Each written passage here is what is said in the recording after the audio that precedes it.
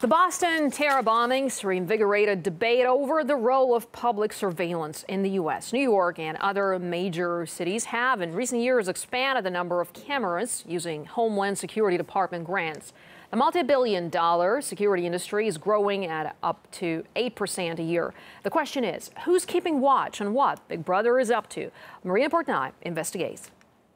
The video surveillance market in the U.S. has been permanently expanding for more than a decade. And here at the New York City ASIS exhibition and conference, we are getting an up-close look at some of the most latest and cutting-edge surveillance technology that is being displayed by many security professionals. That technology, of course, includes facial recognition, iris scanning, high-definition closed-circuit cameras, and other software that was once only seen in sci-fi movies. Now, some would say it's appropriate for this type of event to be taking place in New York City because, after all, it was the mayor of the Big Apple that recently said he wanted to expand the amount of surveillance cameras that were up throughout the city. Of course, those comments came in the aftermath of the Boston terrorist attack, and the mayor of New York is just one of many officials throughout the United States that are calling for more surveillance. We spoke with some professionals that are here displaying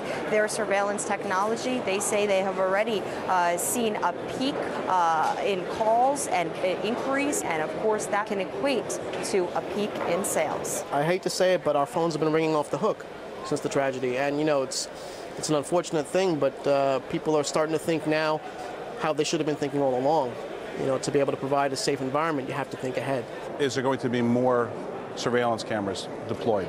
And the answer to that is yes, because lessons learned have shown us that if you have events recorded, you can go back and find information that might not have been pertinent while you thought you were filming it, but all of a sudden, if an event happens, you need all the information you can gather. Experts estimated that this industry would reach revenues of more than $20.5 billion by 2016, but now those numbers are being recalculated to be projected even higher because of the terrorist attacks that took place in Boston. As government spending on video surveillance is expected to surge, tension between law enforcement officials and privacy advocates is also expected to increase. Critics say that the American public has been forced to concede privacy and civil liberties in the name of national security, but the payoff hasn't been big. After all, America's web of spy cams failed to prevent the Boston terrorist attacks. And even when the FBI finally revealed images of the suspects, they needed the public's help to identify them. Reporting from New York, Marina Portnoy, RT.